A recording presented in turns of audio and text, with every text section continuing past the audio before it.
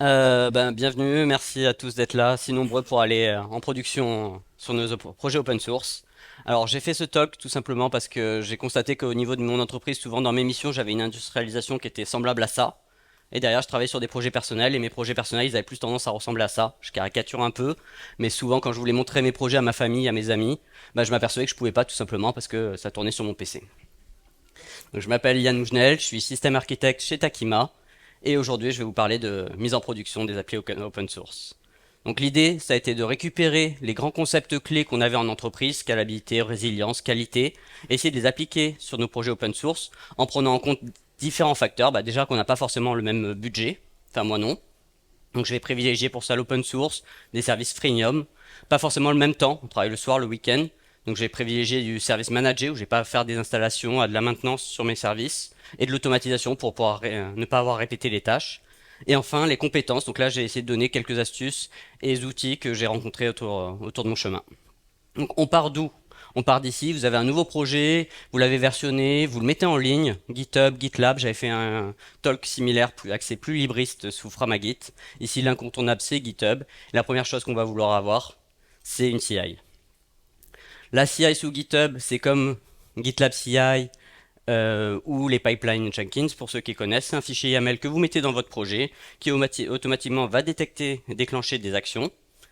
Et donc à chaque commit déclenche des actions. Un fichier, c'est un workflow. Un workflow est composé de jobs, et jobs est lui-même composé de steps, donc des tâches en français. Ça soit une tâche personnalisée, donc ici Hello ex Luxembourg, soit des tâches que vous réutilisez de la communauté. Donc en définissant le user et le repo, vous pouvez réutiliser les tâches prédéfinies. Si ça commence par /actions, c'est des tâches officielles GitHub. Sinon, ici on va voir par exemple des tâches récupérées de SonarCube. Et si vous avez compris ce principe, vous pouvez définir vos propres tâches avec votre repo et votre username.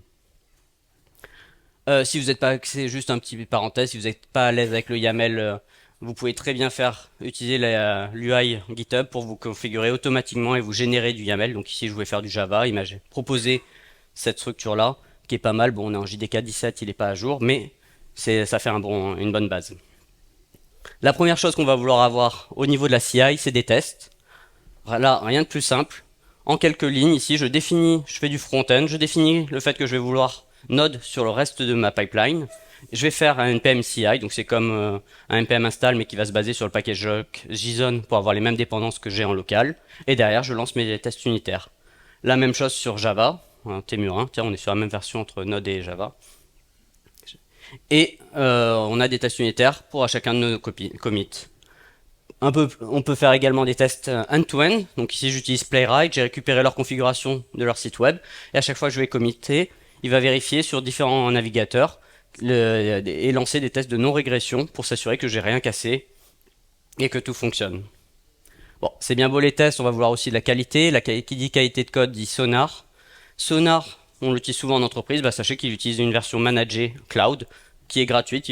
Pour chaque projet, vous pouvez ajouter jusqu'à 5 utilisateurs qui va vous faire vos tests de vulnérabilité, de bugs, de code smell. Et une fois que vous avez créé votre compte, en fait, il suffit juste de le brancher avec votre GitHub Actions, mettre un fichier properties dans votre projet pour savoir où est-ce qu'il va pusher sur Sonar. Et surtout, dans votre CI, rajouter ce template de tâches en définissant le token de votre profil. Et à chaque fois que vous allez faire un commit, il va prendre votre code, analyser le code et va faire les vérifications de sécurité, de qualité que vous connaissez. Sécurité, si on veut pousser plus loin, l'incontournable, c'est Trivy. Trivy, l'idée, c'est d'analyser toutes les dépendances de votre application, Maven, Java, peu importe, tous les langages, et de vérifier en fait qu'il n'y ait pas de CVE, donc de faille critique. Donc là, je décide de bloquer ma pipeline à chaque fois que j'ai une faille critical or high, et donc du coup de garantir un minimum de sécurité sur mes applications. Qu'est-ce qu'on a fait?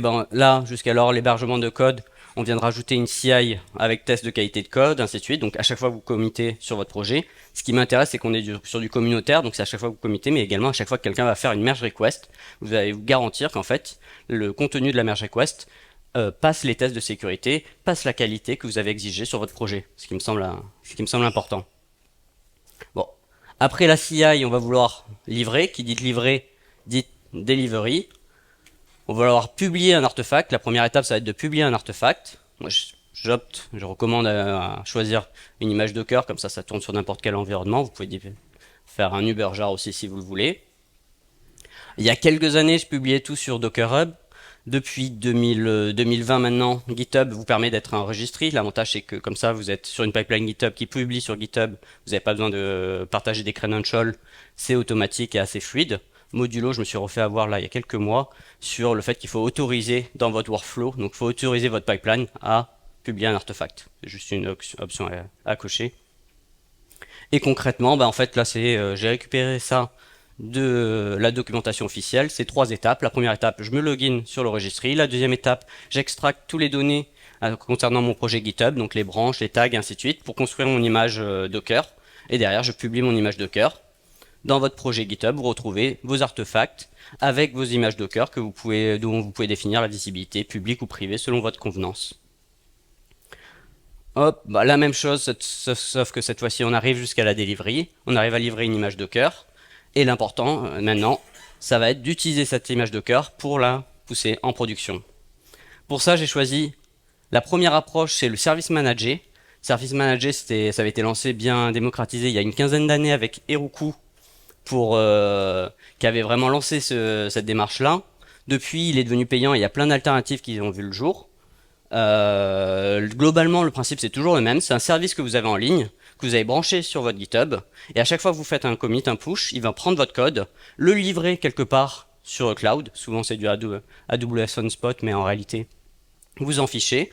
Vous n'avez pas accès à ce serveur. Par contre, votre service, il est en ligne, il tourne, et vous y avez accès via une URL, un DNS, que le service vous propose. Concrètement, moi j'utilise Netlify pour le front-end, tout simplement parce qu'on peut aller jusqu'à 500 sites, donc assez pratique gratuitement. Vous faites un compte Netlify, vous cliquez sur GitHub, vous dites quel projet vous souhaitez déployer, et automatiquement, vous donnez le petit nom, ça sera du coup le DNS que vous aurez à la fin. Vous configurez les variables d'environnement, j'ai perdu. Vous configurez les variables d'environnement, et automatiquement, en fait, ça va. Au bout de 5 minutes, 3-4 minutes peut-être, le temps de lancer votre instance, vous allez avoir une instance qui tourne sur le cloud, sur AWS, vous n'avez pas accès sur le serveur, vous pouvez pas SSH dessus, par contre vous avez votre site qui est déployé, que vous pouvez partager à vos amis et à votre famille. Une petite note, c'est que je triche, pour ceux qui ont remarqué, Netlify va détecter à chaque fois que vous faites un changement, il va déployer votre site. C'est-à-dire que si jamais on parlait de Privy tout à l'heure, vous avez une faille dans votre pipeline va bloquer, mais votre site va être quand même déployé avec une faille. Donc le petit fixe que je recommande, c'est ne pas déclencher directement Netlify, mais passer par les GitHub Actions, c'est-à-dire avoir un workflow où à la fin de votre action, quand vous avez fait vérification de qualité, de sonar, sécurité, en fait déclencher Netlify, tout simplement via un hook. Tous les services, je parle de Netlify, mais tous les services vous proposent un hook pour déclencher la livraison.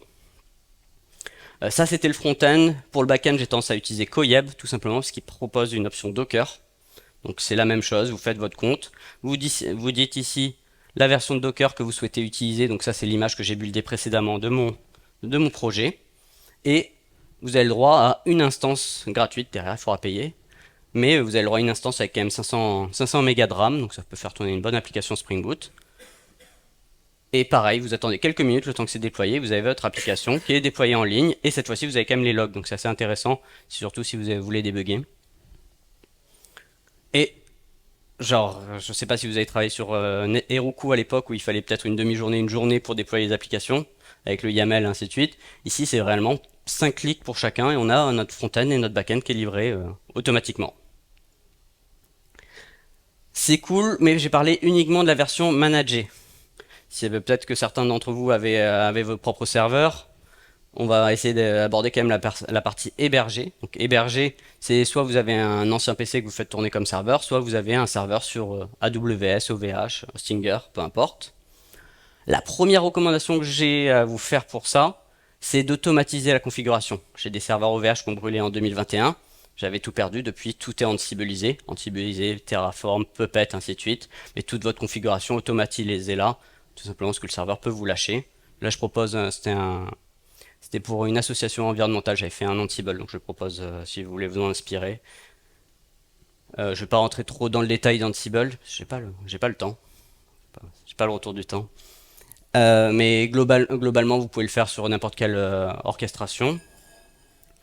Toujours sur Ansible, en fait, on va pouvoir déployer l'application.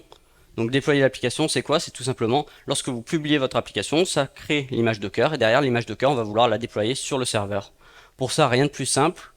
Il nous faut tout simplement votre playbook Ansible, vous lancez votre Ansible, et le seul prérequis, c'est que vous configurez comme secret, au niveau de votre GitHub, votre clé publique SSH. Ça veut dire que vous faites confiance à GitHub là-dessus.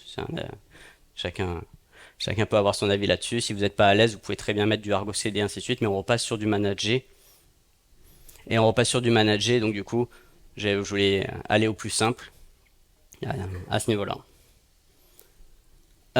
Toujours après, une fois que vous avez votre serveur, soit managé, soit carrément hosté par vos soins, ce qui veut vouloir, toujours dans l'optique de la sécurité, vous allez avoir géré les dépendances. Gérer les dépendances, il y a deux incontournables sur le marché, Dependabot et Renovate. Le principe c'est toujours la même, c'est des outils qui vont lire vos dépendances, détecter si certaines dépendances ne sont pas à jour, donc il existe des versions plus récentes de vos dépendances, et vous faire une merge request sur votre projet avec toutes les mises à jour nécessaires. J'ai choisi Dependabot tout simplement parce qu'il s'intègre nativement sur GitHub. Il suffit de cliquer sur Enable Dependabot, rajouter un fichier Dependabot YAML, je reviendrai là-dessus, et ça vous fait votre merge request automatiquement. Donc ici, toutes les semaines, je récupère une merge request pour NPM qui va me faire une montée de version de toutes mes dépendances patch et mineurs. J'ai tendance à pas mettre les majors, tout simplement parce que les majors, ça a tendance à être du break and change et je les gère à la main. Je me force une fois par mois à faire mes montées de version majeure tout seul. C'est un choix personnel. Vous pouvez automatiser, aller jusqu'au majeur si vous faites confiance. L'avantage d'une CI, c'est que c'est garanti que si ça casse, vous le rendez compte en CI avant le déploiement. Et enfin, dernier outil qu'il va nous falloir pour aller en production, c'est de l'observabilité. Là, le principe, c'est de rajouter un outil qui va checker le statut de vos sites, vérifier qu'ils sont up, et dans le cas où ils sont pas up, vous prévenir par Slack, mail, SMS, votre choix, pour que vous soyez prévenu, tout simplement. Il y a plein d'alternatives sur le marché.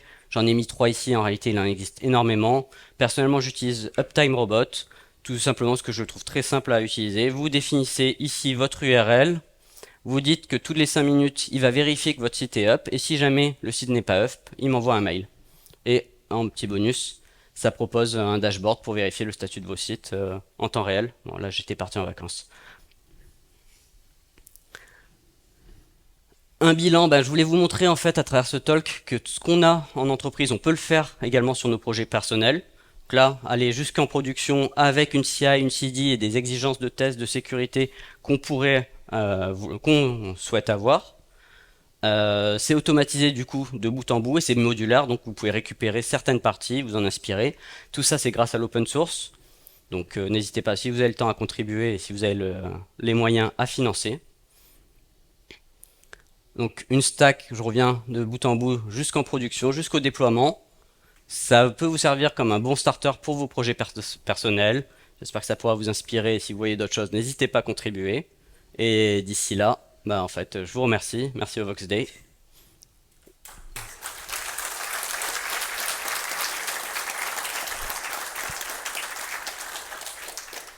Le template, si vous voulez scanner le code, où il y a l'URL derrière.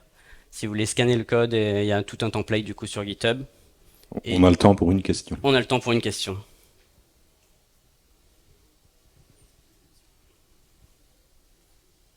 Donc, tout Pas le de monde question. scanne. Bon, ben merci. C'est bon. Merci beaucoup.